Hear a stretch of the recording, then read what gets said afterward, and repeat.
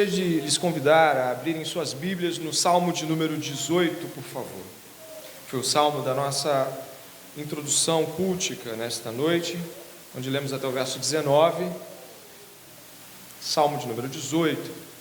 Estamos neste que é o penúltimo sermão desta série sobre os salmos, os tesouros de Davi, numa lembrança ao modo como Charles Spurgeon chamava os salmos davídicos.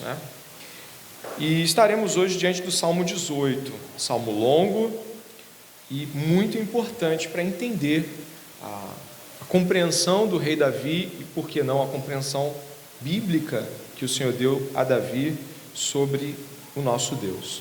Eu gostaria que você me acompanhasse com seus olhos na leitura que eu vou fazer ali do verso 1 até o verso de número 6, ok? Eu vou ler do verso 1 ao verso 6.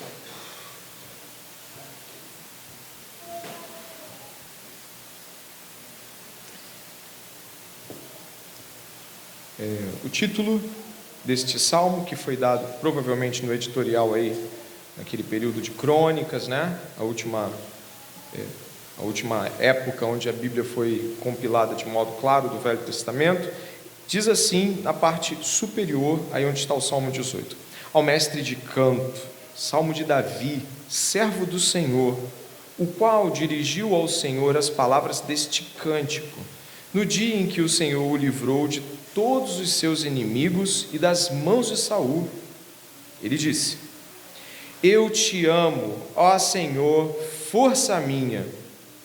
O Senhor é a minha rocha, a minha fortaleza, o meu libertador, o meu Deus, o meu rochedo, em quem me refugio. O meu escudo, a força da minha salvação, o meu alto refúgio. Invoco o Senhor, digno de ser louvado, e serei salvo dos meus inimigos. Laços de morte me cercaram, torrentes de perdição me impuseram terror, cadeias infernais me envolveram, e tramas de morte me surpreenderam. Na minha angústia invoquei o Senhor, gritei por socorro ao meu Deus. Do seu templo ele ouviu a minha voz, e o meu clamor chegou aos seus ouvidos. Ore comigo, pedindo a Deus de que as palavras que o Senhor vai nos dar durante esse sermão penetrem profundamente em nossos corações, nos abalem, nos transtornem, transformem o nosso coração. Amém? Esse é o meu pedido, gostaria que você orasse também comigo. Pai amado e bendito, louvado seja o teu nome. Ó Senhor, força nossa, ajuda-nos nesta noite a que a palavra de Deus não encontre obstáculos em nossos corações. Pelo contrário, ó Deus, que os nossos corações estejam prontos, abertos, livres para adorar a Deus por meio de sua palavra. Senhor, transforma-nos com o poder do teu Espírito, ministra aos nossos corações coisas que estávamos deixando passar, Senhor, coisas das quais não estávamos atentos. Senhor, por favor, a todos nós, abençoa-nos com a tua presença e tira todo obstáculo que puder estar no nosso coração, toda soberba, todo orgulho, toda tentativa satânica de nos afastarmos da tua obediência, da vontade de Deus, Pai. Por favor, que este culto, como já tem sido desde o começo, seja completado, Senhor, com um sonoro amém dos nossos corações, Pai. Em nome de Jesus. Amém.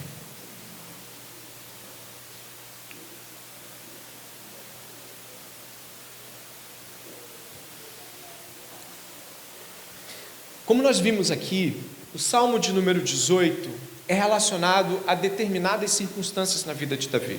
Se você olhar o cabeçalho, aquele aspecto editorial que fica aí por sobre o próprio capítulo, a numeração do Salmo, você vai encontrar, pelo menos na minha Bíblia, até a menção do segundo livro de Samuel, capítulo 22, do 1 ao 51. Talvez algumas Bíblias tenham essa referência. O que acontece aqui é de que esse salmo, ele, além de ter a composição inspirada pelo Espírito Santo, que já seria mais do que suficiente para nós, ele também nos remete a um outro lugar e momento no qual nós podemos tentar, ainda que de modo simples, sem especulações absurdas, remeter a nossa mente ao que Davi estava passando e o que ele passou durante aqueles 13 anos em que Saul o perseguiu. O rei Davi, o mais conhecido rei da Bíblia Sagrada, o rei que aponta para as realidades messiânicas, sofreu franca e dura oposição de Saul naquele começo da jornada dele, antes de se tornar rei. Alguns aqui podem se lembrar de que Samuel ungiu Davi, mas isso não se estabeleceu um reinado imediato. Davi serviu a Saul por um tempo e depois, por inveja e por um espírito maligno que estava dentro de Saul, toda a sua maldade, ele perseguiu Davi por muitos anos. Após isso, você sabe, Saul morreu em campo de batalha e Davi, triste, pranteando ainda pela morte de Saul, pela morte de Jonatas, pela morte da casa de Saul, né, que foi toda morta ali, Davi assume o trono e passa a ser o rei que traz unidade a todas as 12 tribos. Enfim, aí a história se segue, e é só para que você entenda do que estamos falando também. Este Salmo 18, ele tem uma particularidade em relação a outros aspectos importantes para a gente entender. O Salmo 18, nos comentários bíblicos a qual pude ter acesso, ele tanto é chamado de o diário de Davi, como se você pudesse estar por detrás da mente de Davi e abrisse o diário dele, assim, sem que ele visse, e você encontrasse lá o Salmo 18, contando a sua relação com Deus. Você também pode encontrar neste salmo a ideia de um salmo de ações de graça. Davi faz um cântico repleto de frases importantes de sua relação com Deus. O salmo, então, ele é profundo, e como você viu aí, a gente vai estudar, ele já abre com um sonoro "eu te amo". Você não vai encontrar isso com facilidade no Velho Testamento, não. Em geral, esses aspectos vão permeando frases por meio de outras palavras. Aqui, o salmista já inicia com toda a intensidade o salmo, o diário de Davi, o salmo de ação de graças de Davi. Para que você possa entender a importância desse salmo, ele tem representações e ramificações com outros textos da Bíblia, de Deuteronômio, do Cântico de Moisés. Você vai encontrar diversos outros textos que fazem paralelos muito próximos ao Salmo 18 e fazem menção.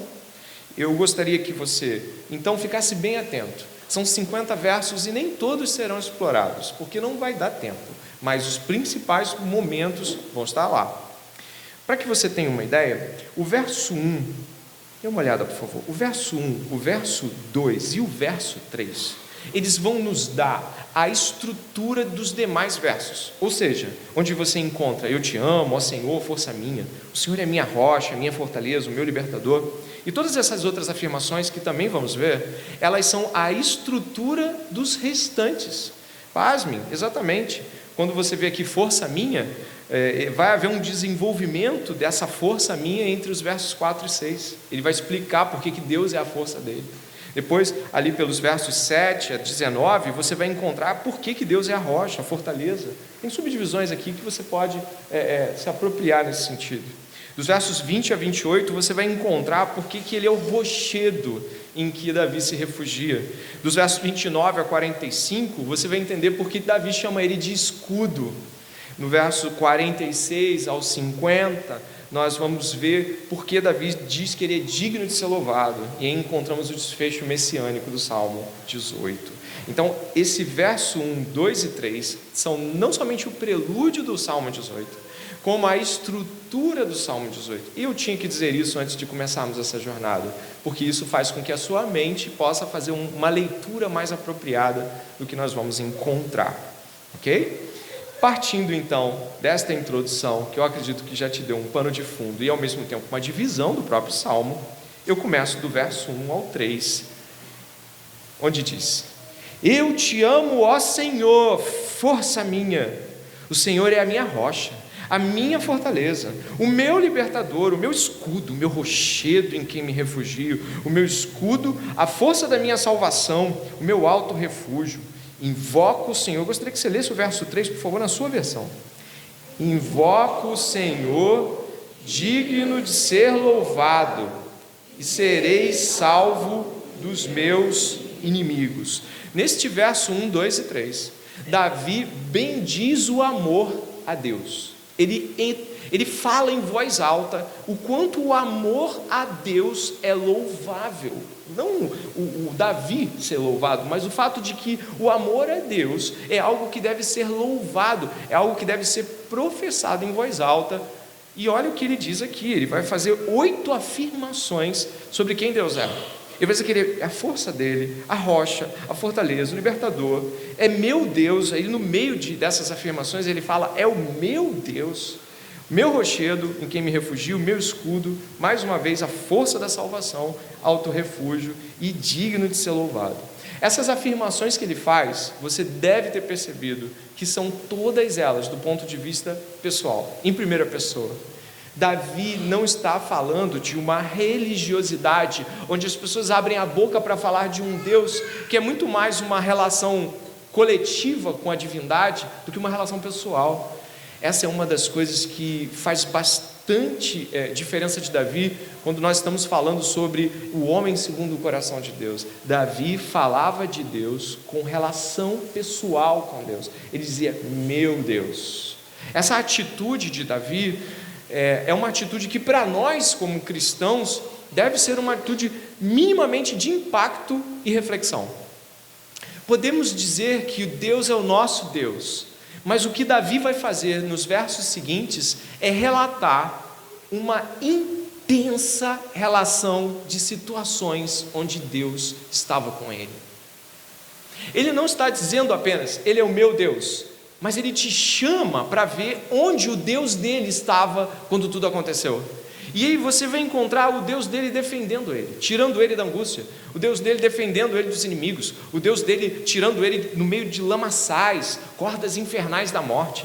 Davi não chama a Deus de meu, porque ele prepara uma bela canção para nós ouvirmos, é porque ele tem uma história com esse Deus.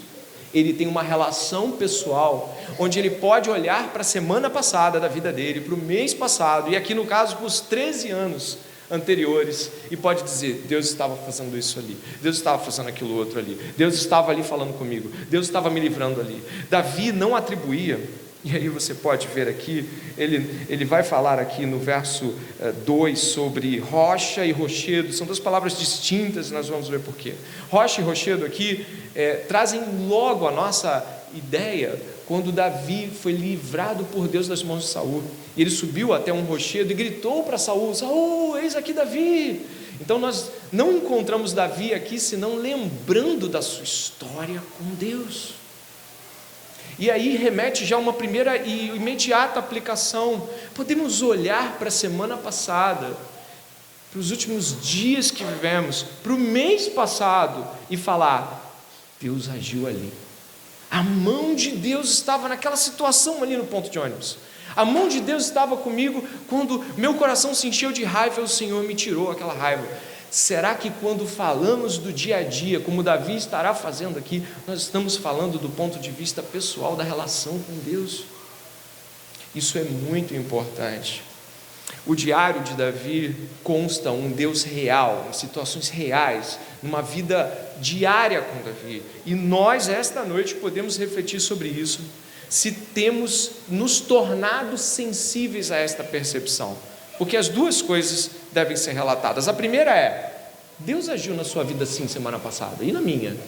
Deus agiu sim no mês passado na sua vida. Deus agiu sim durante todos os anos da sua vida. A questão não é essa. A questão é se eu estava, segundo o coração de Deus, atento a isso, para que eu pudesse louvar isso. Nos louvores de Davi, nós percebemos uma pessoa atenta aos movimentos de Deus, uma pessoa atenciosamente olhando para o que Deus está fazendo, para louvar o que Deus está fazendo, para engrandecer o nome de Deus. Semanas se passam em nossas vidas sem que sequer possamos dizer, louvado seja o Senhor pelo que aconteceu ontem no trabalho, bendito seja o Senhor pelo livramento que me deu, grande é o Senhor que resgatou meu coração da angústia. Eu não estou fazendo uma aplicação barata, preste atenção, podemos passar semanas sem um ato de glorificação nos nossos lábios. Alguns podem dizer, eu não lembro a última vez que eu louvei a Deus por um feito dele. Será que é porque ele não fez? Não, Deus fez, Deus agiu, Deus estava lá. eu não estava atento, eu não procurei lembrar-me dele. E agora, quando alguém chega para mim e pergunta: você tem alguma coisa esta noite aqui para agradecer a Deus na última semana? Você fica assim, ó, só um instante. Não que eu me lembre. Como não lembrar? É porque não estamos atentos ao que Deus está fazendo, o que Ele fez. Então temos aqui um servo de Deus que consegue falar de Deus em primeira pessoa, porque está atento aos movimentos de Deus. Não foi o rochedo. Davi não falou assim: poxa, Saul veio me perseguir, e aí então pintou um rochedo, apareceu um rochedo que me salvou. Não, não é o rochedo. Deus é o meu rochedo. Deus me salvou. Aquela rocha estava ali, não estava à toa. Deus me colocou ali. Então, essa visão, e os salmos todos, eu acho que você já deve ter percebido que os salmos todos são assim, em termos de tudo é Deus. Vem o mal, é Deus. Vem o bem, é Deus. Estou com problema, eu vou falar com Deus. Deus é colocado como o autor de todas essas coisas. Por quê? Porque é o Senhor que ordena todas elas. Por isso, irmãos, passando aí, avançando aí para aquilo que nós estamos vendo aqui juntos, mas eu peço aos irmãos que entendam essa realidade. Deus está agindo na sua vida, Deus está agindo na minha vida. Por que não estamos louvando e engrandecendo o nome dele publicamente, falando para as pessoas o que ele fez? Porque não estamos atentos a isso, porque não estamos comprometidos com louvor a Deus. Quem se compromete com louvor a Deus está atento para poder louvá-lo em seguida.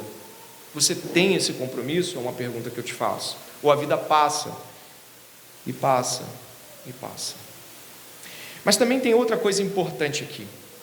Você vai perceber que no Salmo 18, Davi menciona diversas situações da própria Escritura, inclusive coisas que o povo dele passou.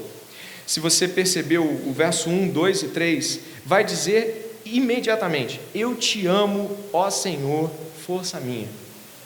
Eu te amo parece ser algo extremamente íntimo e pessoal, mas ao mesmo tempo escriturístico. Nós podemos ver em Deuteronômio, capítulo 6, verso 5, eu vou pedir que coloque Deuteronômio, capítulo 6, verso 5, uma afirmação que nos ordena isso. Talvez você conheça. Não conhece não? Você pode ler, por favor? Portanto, ame o Senhor, seu Deus, de todo o seu coração, de toda a sua alma e com toda a sua força. E a resposta do salmista é o quê? Eu te amo. Davi não está sentimentalizando a fé, mas está respondendo à fé. A Bíblia diz: ame o Senhor teu Deus. Davi diz: então eu te amo. O amor é tanto a implicação interna de tudo que Davi de fato sente e acredita em Deus, como também um cumprimento de uma ordem.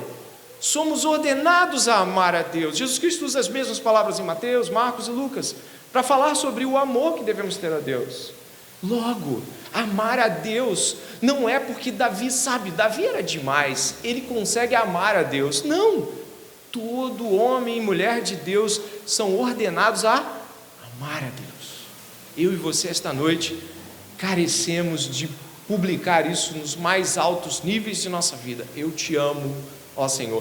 Fazemos isso com esposos, esposas, filhos, namorados e amigos, mas parece que com o Senhor a coisa trava. E o eu te amo, Senhor, não vem com a mesma facilidade. Que seja para nós de imediato uma grandiosa reflexão também. Nós encontramos ali no verso de número 2, Davi falando sobre o meu Deus ser o meu rochedo em quem me refugio. A ideia de Davi usar o rochedo lembra, como eu disse para vocês, a questão dele ter escapado das mãos de Saul e disso ser mencionado mais de uma vez no livro de Samuel. Mas a ideia do rochedo aqui significa segurança. A ideia do rochedo, mais do que uma rocha, imagine uma rocha, imagine um rochedo. Rochedo é uma ampliação dessa dimensão, é algo como mais alto, mais uma cidadela de rocha. E a rocha é algo mais particular. Você encontra isso até em sacrifícios que foram feitos pelo povo de Deus ao longo da sua trajetória. Josué erigiu, colocou uma rocha e fez um sacrifício, as pedras. Mas um rochedo é uma elevação. Davi chama Deus de rochedo porque Deus para Davi é sua segurança.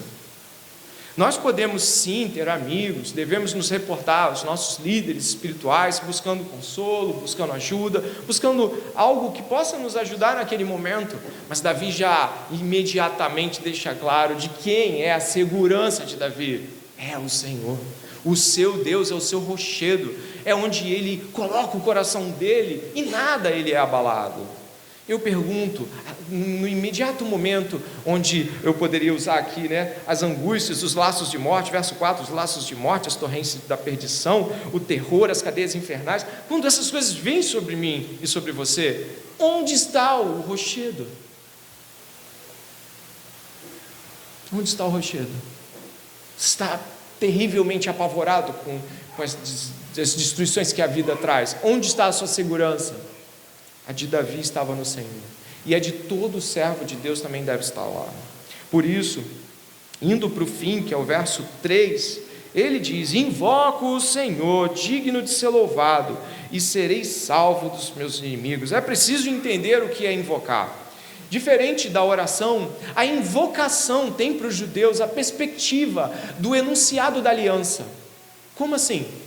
Deus fez uma aliança com o seu povo e colocou para o seu povo dispositivos referentes a essa aliança. Você deve se lembrar disso. Êxodo 19 e 20 tratam coisas assim, e falam sobre o fato de que Deus tem uma aliança com vários aspectos de dispositivos dessa aliança. Você quer ver? Na aliança que Deus fez com o povo de Israel, antes de lhes dar os 10 mandamentos, Deus fala o seguinte: vocês serão meu povo, vocês serão propriedade exclusiva, uma nação de sacerdotes, vocês serão um povo protegido por mim. Sabe o que quer dizer? Quando Davi invoca, ele está invocando os enunciados da aliança.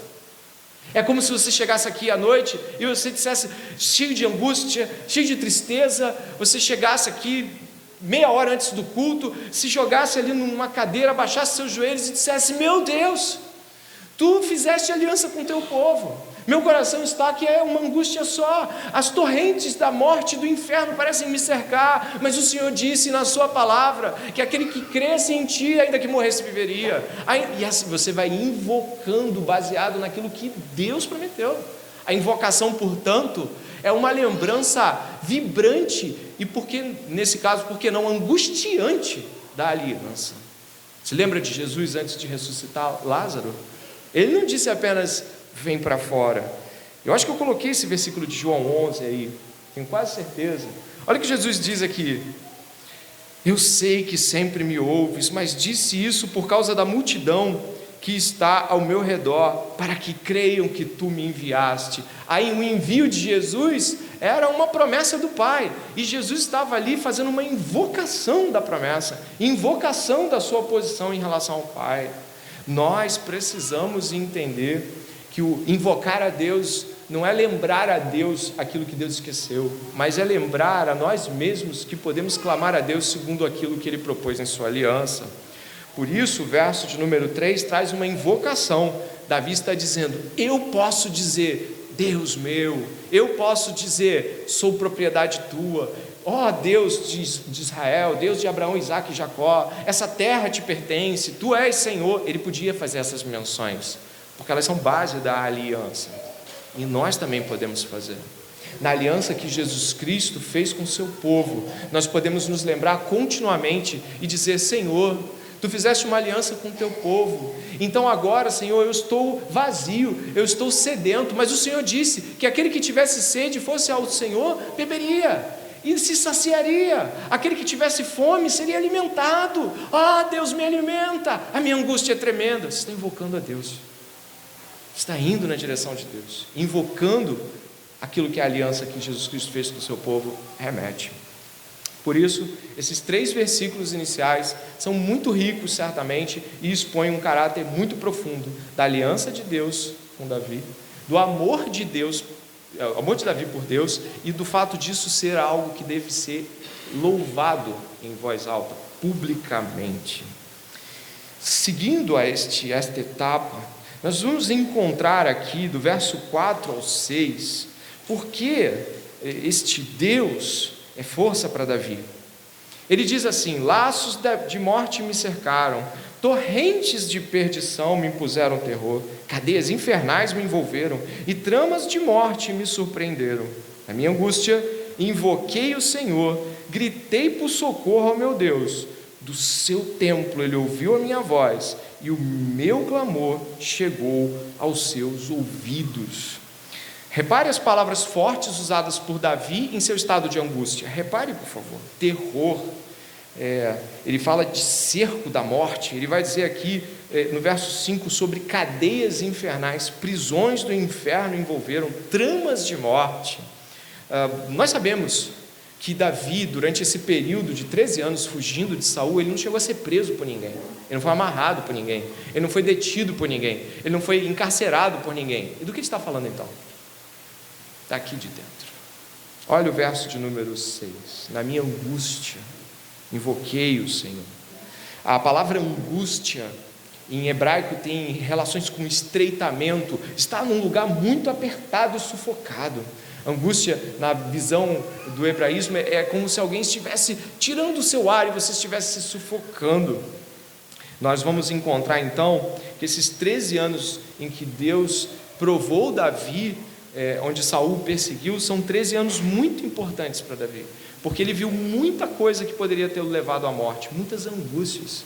Você lê o livro de Samuel, você vai ver, às vezes, agora ele vai pegar Davi, agora não tem jeito, agora o vizinho, o inimigo entregou, o vilarejo entregou. Saul estava tão desesperado que chegou certa vez a matar numa cidade todos os sacerdotes. Imagine isso, matar sacerdotes, olha como ele estava cego de ódio. Então Davi era nada para ele, se ele já tinha matado sacerdotes, Davi não era nada, ele iria destruir Davi, ele ia acabar com Davi. E por mais de uma vez o Senhor livrou, várias vezes o Senhor livrou Davi. E o modo como Davi diz que Deus o livrou é algo extremamente importante, porque Davi não vai falar assim: gritei para o Senhor, Deus me livrou, seguimos. Não. Como Deus livrou Davi? O que você vai encontrar nos versos 7 até o verso 13, até o 19, na verdade, é um monte de enunciados muito bonitos, que você pode, num primeiro momento, falar assim: poesia, licença poética, Davi foi juntando as coisas de modo belo, e então as coisas aconteceram. Só que não é bem assim, não. Eu vou ler com você e vou destacar alguns versos para você ver. Então a terra se abalou, verso 7, e tremeu. Vacilaram também os fundamentos dos montes e se abalaram, porque Deus está virado. Das suas narinas subiu fumaça, e fogo devorador saiu de sua boca.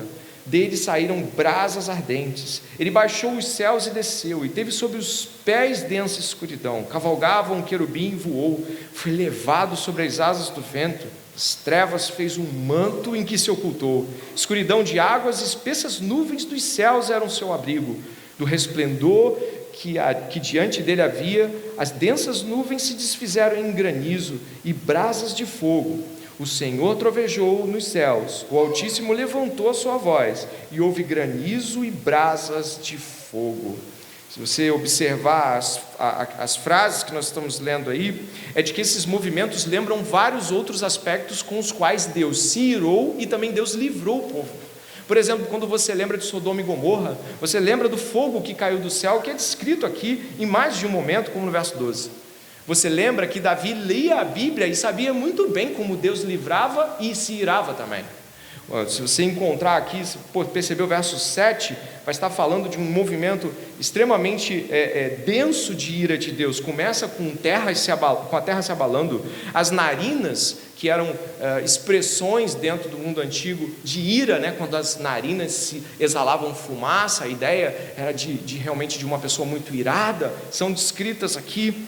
Se você puder observar, Davi vai mostrando Deus descendo do céu. Olha, o verso 7, a terra se abala só com o fato de Deus estar irado, Deus nem chegou ainda, e a terra já está tremendo. No verso 8, Deus continua irado, e vai expressando isso com brasas ardentes. Então no verso 9, Deus baixa do céu, e aí vem dos seus pés densa escuridão, a terra se coloca em trevas, cavalgava sobre um querubim e voou, foi levado sobre as asas do vento, seres celestes estão colocados diante disso. E onde a gente encontra essa realidade? Nós encontramos isso em Sodoma e Gomorra. Nós encontramos um Deus que faz a terra tremer em Êxodo capítulo 19, no Sinai. Quando a lei vai ser dada, sabe o que acontece? Treme, ações, relâmpagos, sons de buzina. Davi não acredita de que a ação de Deus aconteça senão como aconteceu no passado. Aquilo que ele não pode ver, mas que o remete para o passado de Israel, ele faz questão de mencionar. É como, sabe quando Daniel ora pelas semanas dos 21 dias, e aí chega para ele um ser celeste e diz: olha, eu estava impedido pelo príncipe da Pérsia. Você se lembra dessa cena em Daniel? Essa cena é fabulosa. Como assim?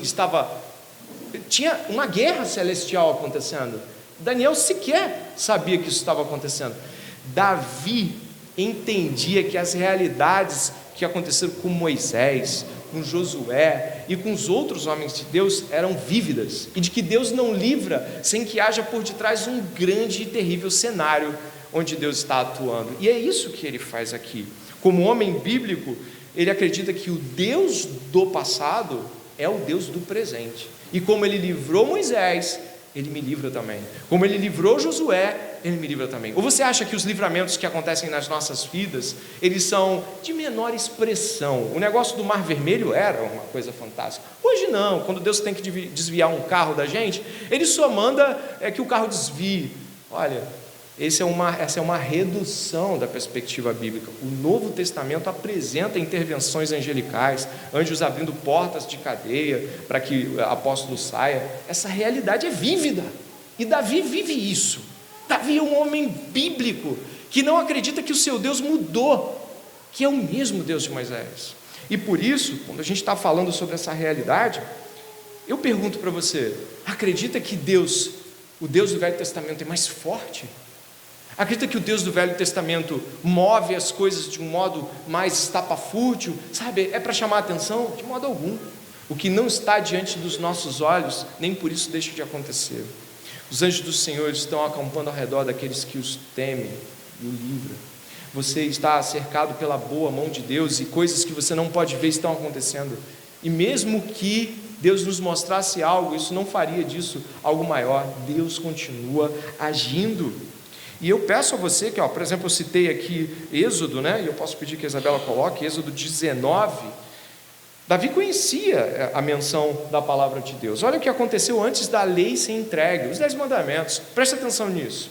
E aconteceu que ao terceiro dia, ao amanhecer, houve trovões e relâmpagos sobre o monte, e uma espessa nuvem e um sonido de buzina muito forte, de maneira que estremeceu todo o povo que estava no arraial. E Moisés levou o povo fora do arraial ao encontro de Deus, e puseram-se ao pé do monte, e todo o monte Sinai fumegava, porque o Senhor descera sobre ele em fogo, e a sua fumaça subiu como fumaça de uma fornalha, e todo o monte tremia grandemente, e o sonido de buzina ia crescendo cada vez mais. Moisés falava e Deus lhe respondia em voz alta. Tremendo isso!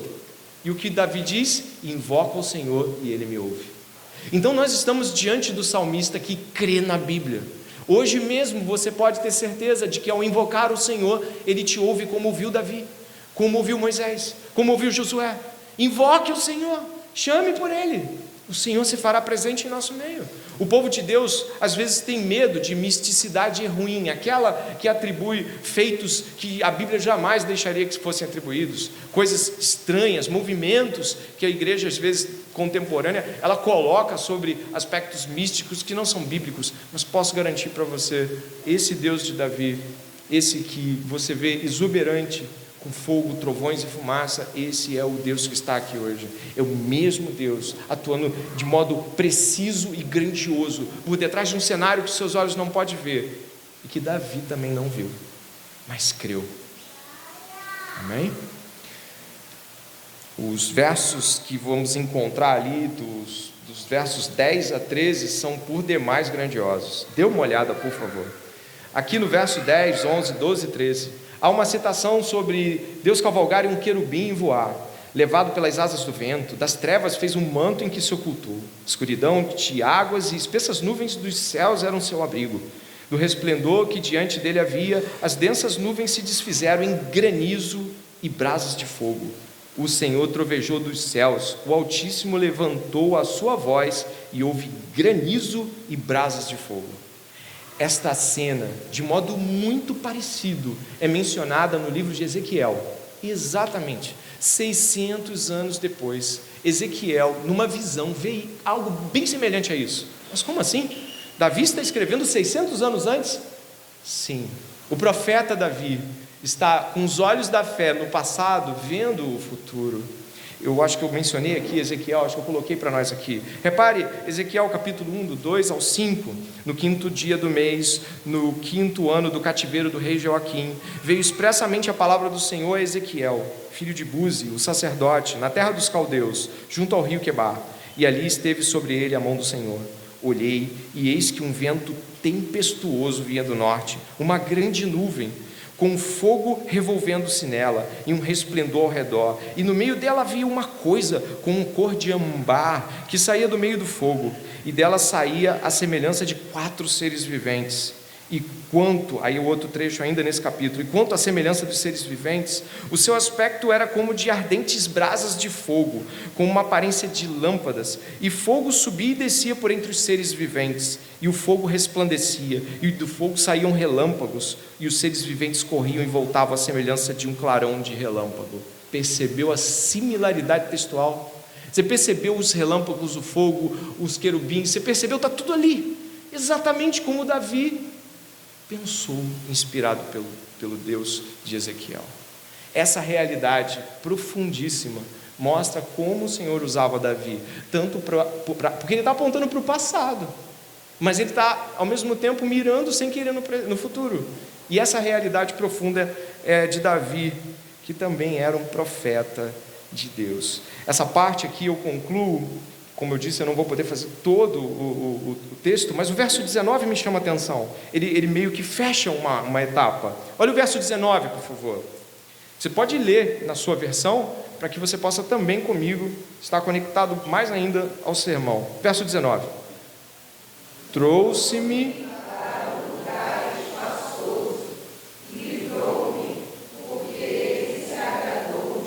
exatamente, essa palavra lugar espaçoso é a palavra que na linguagem hebraica é o contrário do verso 6, parte A, na minha angústia, num lugar apertado e estreito, de um lugar sufocante e aprisionador, Deus me levou para um lugar espaçoso. Mas desde a angústia até o lugar espaçoso, a descrição gloriosa de Davi, de como Deus o livrou, deveria ser por nós imitada. Nossa mente e coração devem ser permeados pela história das narrativas bíblicas, para que nossas orações também venham desta forma, para que quando nós estivermos orando, não seja uma oração de Senhor, livra-nos do mal, porque o Senhor é bom, amém, mas Senhor, Tu que cavalgas acima dos céus, montado nos querubins e com brasas de fogo, queima todos os nossos inimigos, Senhor, tem misericórdia da Tua igreja esta noite. Não é sobre deixar a oração mais florida ou diferente, não é isso. É sobre fazer uma oração bíblica, compreendendo que Deus está agindo de modo poderoso. Do verso 20 ao verso 28, Davi vai dizer algo que você precisa entender bem, para que não venha com isso pensar em um Davi com justiça própria. Onde diz aí do verso 20 ao 28, nós vamos encontrar Davi dizendo de que era um guardião da aliança, e por isso, Deus o livrar não deve ser novidade para ninguém. Olha o que ele vai dizer: o Senhor me retribuiu segundo a minha justiça, recompensou-me conforme a pureza das minhas mãos. Verso 21 agora: pois tenho guardado os caminhos do Senhor, e não me afastei perversamente do meu Deus, porque todos os seus juízos estão diante de mim, e não rejeitei os seus preceitos. Também fui íntegro para com ele, e me guardei da iniquidade. Por isso o Senhor me retribuiu segundo a minha justiça, conforme a pureza das minhas mãos na sua presença. Para com quem é fiel, fiel te mostras, com o íntegro também íntegro, com o puro, puro te mostras, com o perverso, inflexível, porque tu salvas o povo humilde, mas os olhos soberbos tu os abate, porque fazes resplandecer a minha lâmpada. O Senhor, meu Deus, derrama luz nas minhas trevas. Repare que Davi diz o seguinte, aqui nesse trecho do Salmo: o Senhor me retribuiu segundo a minha justiça. Nossa, mas que isso? Davi tinha justiça para trocar com Deus? Não. Preste atenção, no tempo de Davi, e eu posso dizer não somente no tempo de Davi, mas vamos até o tempo de Jesus, os judeus acreditavam que coisas ruins aconteciam com pessoas que faziam coisas ruins. Aqueles que praticavam o mal, recebiam o mal por conta. Aqueles que faziam coisas pecaminosas, eram punidos por Deus. Mas Davi não fez isso. Durante seus 13 anos perseguidos por Saul, Davi não foi um quebrador de aliança. Davi não estava fazendo por merecer. E o que ele está dizendo aqui é: o Senhor me livrou segundo a justiça, a reta justiça. Eu guardei a aliança, eu vivenciei as realidades, eu não estava em pecado. É o que Davi está dizendo. Sabe isso aí que eu passei? De rei me perseguindo, ungido me perseguiu, todo esse tempo no deserto, vivendo no meio de salteadores, de filisteus. Davi já se refugiou com os filisteus. Eu não estava quebrando a aliança. Você pode imaginar que as pessoas diziam: não pode ser um rei e está sendo perseguido por um rei que foi ungido também. Não tem lógica. Então é isso que Davi está dizendo aqui, de que ele guardou-se do mal, de que ele foi um homem de Deus durante toda essa etapa, e de que o que aconteceu com ele é justo, no sentido de Deus o livrar. E isso é importante para o final do Salmo, quando falaremos de Jesus Cristo. E aí neste texto, eu não vou trazer muito mais do que isso, mas nós encontramos em 1ª Epístola de Timóteo, capítulo 5, 22, uma breve menção, eu não sei se foi colocado aí, onde, dentre outras afirmações, eu cortei esse pedacinho, porque as partes anteriores nada tem a ver com isso. Davi vai fazendo uma série de menções, inclusive dizendo assim, tome vinho para o seu estômago. Então, essa é uma daquelas menções rápidas de Davi, como em Tessalonicenses nós também temos: conserva-te a ti mesmo puro, guarda o teu coração. Então Davi cumpriu aquilo que Deus requisitava dele. Em seguida, e aí nós vamos avançando, para compreender essas realidades, nós vemos o verso 27, onde está dito assim: porque tu salvas o povo humilde, mas os olhos soberbos tu os abate. A realidade da soberba e da humildade, elas sempre vão estar em confronto na Bíblia, desde aqui até Tiago, onde diz que Deus resiste aos soberbos, mas dá graça aos humildes. Essa realidade permanece. Deus, o Deus de Israel, é o Deus que vai na direção dos humildes, daqueles que dependem de Deus, daqueles que são pobres de espírito. Lembra das bem-aventuranças? Bem-aventurados os humildes, os pobres de espírito. Jesus Cristo já assinala que os felizes são aqueles que dependem de Deus. Assim, desta maneira, a gente vai se encaminhando aí para os versos mais finais aí do nosso Salmo, onde vai haver aqui, do verso 29 até o verso 45, aí você pode seguir comigo aqui, afirmações que nos chamam a atenção, porque Davi não atribui a si mesmo as vitórias contra os inimigos. Olha que coisa magnífica que você vai encontrar a partir do verso 29. Pois contigo posso atacar exércitos, com meu Deus salto muralhas. O caminho de Deus é perfeito, a palavra do Senhor é confiável, ele é escudo, olha aquela afirmação lá do começo, para todos os que nele se refugiam. Pois quem é Deus além do Senhor? E quem é rochedo a não ser o nosso Deus? O Deus que me revestiu de força e aperfeiçoou o meu caminho. Ele deu aos meus pés a ligeireza das corças e me firmou nas minhas alturas. Ele treinou as minhas mãos para o combate, tanto que os meus braços vergaram um arco de bronze. Também me deste o escudo da tua salvação, a tua mão direita me susteve, a tua clemência me engrandeceu. Alargaste o caminho sobre meus passos, os meus pés não vacilaram. Antes de dizer que ele perseguiu os inimigos e acabou com eles, antes de dizer que Deus deu o pescoço dos inimigos para ele, ele deixou claramente: não sou forte, Deus me deu essa força. Eu não sou rápido, Deus me deu essa velocidade. Eu não tenho essa força para sustentar o meu escudo, Deus segurou o meu escudo em minhas mãos. Davi está fazendo algo que para nós deveria ser uma tarefa diária: lembrar que nada podemos sem Deus, de que é Ele quem efetua em nós tanto querer quanto realizar, de que não somos fortes segundo nossa própria força, sábios segundo nossa própria sabedoria. Davi, antes de falar das grandes vitórias que Deus deu a ele deixou bem claro: foi Deus, não foi o Davi.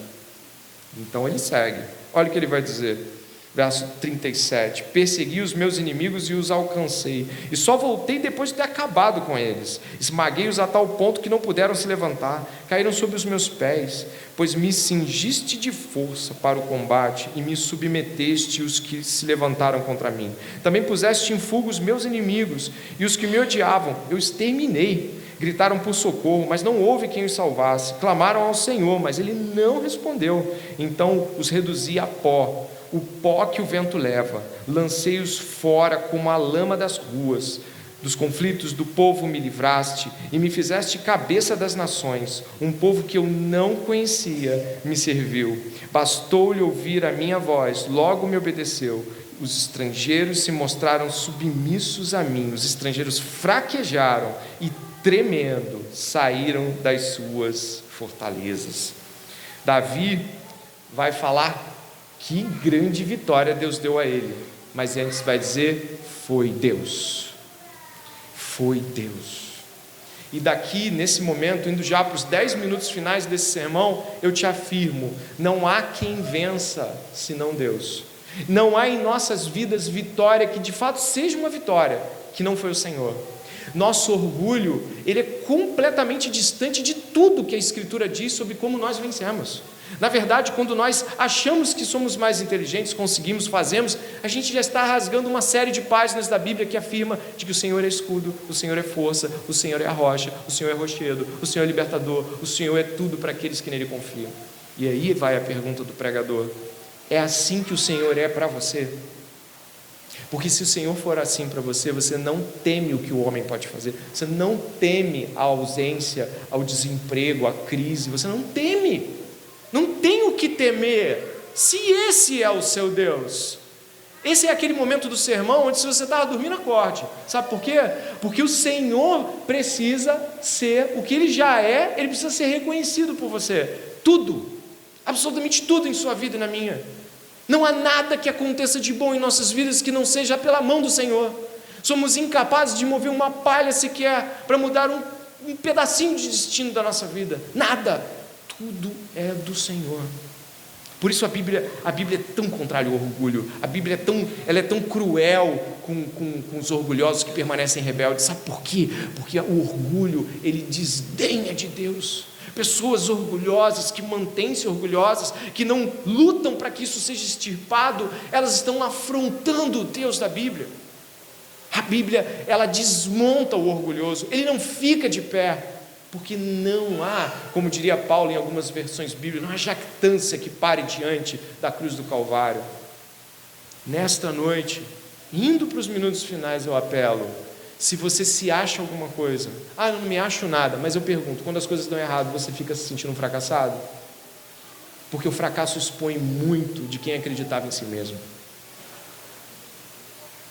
O modo como nós revelamos nosso orgulho não é sempre batendo no peito e dizendo que conseguimos, é quando as coisas não vão de encontro aos nossos planejamentos, e ao invés de bendizer o nome do Senhor, nós nos frustramos, nos entristecemos, nos enclausuramos e nos sentimos a pior pessoa do mundo. Eu sou inútil, eu não sirvo para nada. Você sabe o que você quer ouvir, né? Não, você serve sim. Não, você consegue sim. Não, você é tão importante. Esse tipo de afirmação egolátrica nada tem a ver com o que o Senhor nos traz essa noite. Quem consegue é o Senhor. Quem faz é o Senhor. Quem nos põe ligeiros para a batalha é o Senhor. Quem nos dá saúde para trabalhar amanhã é o Senhor. Quem te trouxe aqui é o Senhor, nem querer você queria, é o Senhor, e bendito seja o Senhor.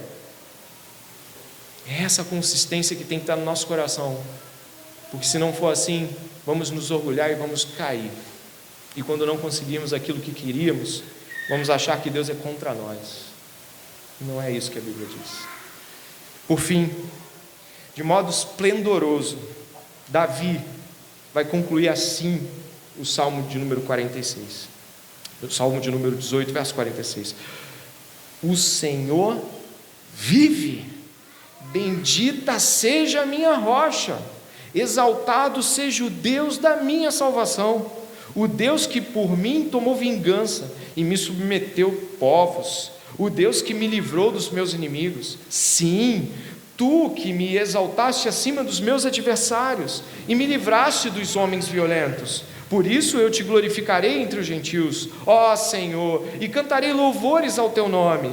É Ele quem dá grandes vitórias ao seu rei e usa de misericórdia para com o seu ungido, com Davi e sua posteridade para sempre. Costumamos entender, por Cristo Jesus, que é a chave interpretativa das Escrituras, costumamos entender que quando as coisas começam a se desenhar assim, isso está apontando para outra pessoa. O Salmo termina dizendo de que Deus deu vitórias ao rei, a Davi e à sua posteridade. A todos aqueles que aqui conhecem a história da posteridade de Davi, sabemos que existe um herdeiro final do trono de Davi, o herdeiro definitivo da casa de Davi. Ele é mencionado na Epístola aos Romanos como sendo a semente de Davi. Ele é mencionado por Pedro como sendo descendente direto da casa de Davi. Eu vou lhe anunciar quem é: Jesus Cristo. Ele é o descendente da casa de Davi, o último e derradeiro descendente da casa de Davi. Ele é a quem essa posteridade é apontada aqui. E eu posso lhe dizer sinceramente que todo o tema do Salmo 18 muda e ganha nova vida e nova cor em Cristo Jesus. Ora, mas por quê?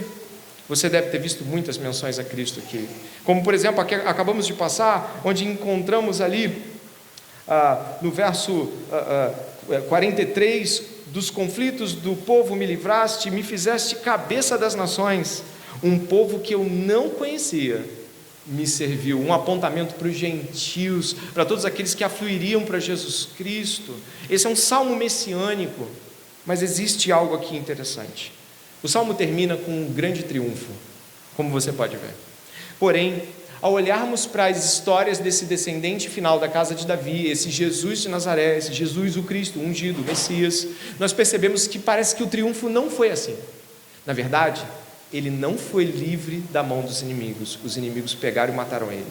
Na verdade, quando encontramos a história de Jesus e comparamos com a de Davi, nós não encontramos sobre ele o alívio. Na verdade, a sua angústia foi tanta que ele suou sangue. Nós não encontramos na história de Jesus nenhum tipo de livramento como os de Davi. Davi morreu em ditosa velhice. Você que conhece a história de Davi, ele morreu velhinho, entregou o reino para o seu filho, morreu velhinho. Jesus foi cortado da terra dos viventes. O descendente da casa de Davi receberia tudo a que Davi foi poupado. Ele recebeu o reino, mas à custa de sua própria vida. Ele recebeu todas essas coisas, mas ele teve que... Tudo que Deus livrou Davi, Deus jogou em Jesus Cristo. Todos os pecados que Davi cometeu e que perpassaram Davi e transpuseram Davi, chegaram até Jesus, e Jesus morreu pelos pecados de Davi. O descendente da casa de Davi, o Senhor Jesus Cristo, o Rei que nós honramos e louvamos esta noite, recebeu todos os males a qual Davi foi livrado. E nós entendemos que ele precisava realmente viver todas essas realidades. Mas será que é sem triunfo? De modo algum.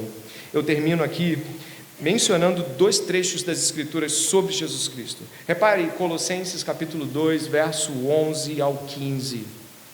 Em Jesus, nele também vocês foram circuncidados, não com uma circuncisão feita por mãos humanas, nem uma aliança feita por mãos humanas, mas pela remoção da carne do corpo, que é a circuncisão de Cristo, tendo sido sepultados juntamente com ele no batismo, no qual vocês também foram ressuscitados por meio da fé no poder de Deus, que ressuscitou dentre os mortos. E quando vocês estavam mortos dos seus pecados e na incircuncisão da carne, ele lhes deu vida juntamente com Cristo, perdoando todos os nossos pecados, cancelando o escrito de dívida que era contra nós e que constava de ordenanças, o qual nos era prejudicial, removeu inteiramente, cravando na cruz e despojando os principados e potestades, publicamente os expôs ao desprezo, triunfando sobre eles na cruz, que não parece triunfo, mas derrota, que não parece vitória, mas a perdição completa, a cruz de Cristo. É lá que você vai encontrar o triunfo da casa de Davi. É lá que você vai encontrar o povo de Deus se reunindo. O povo de Deus vive no triunfo da cruz. E a cruz não triunfa no imediato, a cruz traz o reino de Deus para os nossos corações e continuamos cercados dos inimigos. E continuamos passando por um mundo difícil pra caramba. E continuamos muitas vezes em laços de morte e cadeias infernais, não é verdade? Continuamos pregando e recitando o Salmo 18, porque o triunfo da cruz se revelará em sua completude quando Cristo, o Rei, retornar e tomar todo o seu povo para si. E aí a morte vai ser lançada no lago de fogo, e aí Satanás e os seus principados serão lançados no lago de fogo, e aí todos os rebeldes que se mantiverem rebeldes também serão lançados lá. Diz também em Filipenses capítulo 2, versos 5 ao 11, acho que eu coloquei aí também: tenham entre vocês o mesmo modo de pensar de Cristo Jesus, que mesmo existindo na forma de Deus, não considerou ser igual a Deus algo que deveria ser retido a qualquer custo. Pelo contrário, ele se esvaziou assumindo a forma de servo, tornando-se semelhante aos seres humanos e reconhecido em figura humana.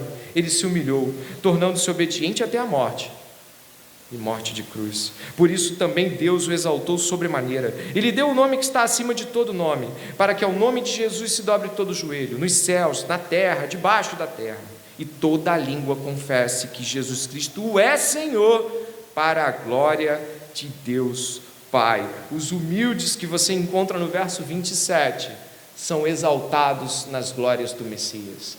E hoje aqui a igreja está reunida, ouvindo sobre como o Senhor livrou Davi e deixou Jesus padecer, e como o Senhor livrou Davi e ao mesmo tempo Jesus parece não ter triunfado aos olhos de toda a humanidade, mas ele triunfou, e o seu triunfo na cruz do Calvário tinha a ver com os nossos pecados e com o recomeço de uma nova humanidade nele. Portanto, nesta noite, em nome de Jesus Cristo, chame Deus de sua rocha, seu libertador, seu salvador, Deus seu. Fale: Deus meu, Ele é meu Deus, Ele é o meu Senhor, em quem me refugio. As angústias desse mundo são lançadas neste Deus, e Ele, quando invocado, vai ao teu encontro.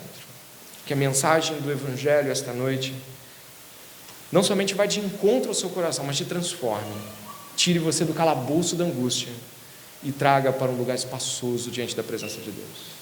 Ore comigo neste momento. Senhor nosso Deus e Pai, te louvamos, ó Senhor, e bendizemos o teu nome. Ah, ó Senhor, rocha minha, rocha nossa, nosso Deus e libertador. Quando as cadeias da morte e do inferno nos chamam e nos aprisionam, quando, Senhor, as angústias infernais aparecem pegar o nosso coração e nos agarrar, invocamos o Senhor e Ele nos livra.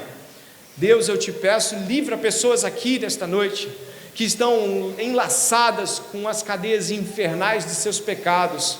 Ajuda, Pai, a que cada um aqui possa ver que a liberdade está em Cristo, no Filho de Deus, Pai. Eu clamo ao Senhor para que aqueles que não costumam louvar a Deus pelos seus grandes feitos façam essa semana, façam agora. Ó Deus, por favor, nos perdoe. Somos muitas vezes observadores passivos da grande obra de Deus, sem sequer entoar um louvor ao teu nome. Ah, Senhor, perdoa a nossa passividade, distância, e nesta noite coloca no nosso coração a certeza de que podemos confiar num Deus assim, Pai. Nós te pedimos perdão por sermos covardes, medrosos, angustiosos e totalmente olhando para as coisas desse mundo, totalmente submetidos a essas. Senhor, isso não é vida para nós. Nós confiamos em Ti. O que nos pode fazer o homem? Te damos graça e louvamos a vitória de Cristo Jesus, nosso Senhor. Amém. Amém.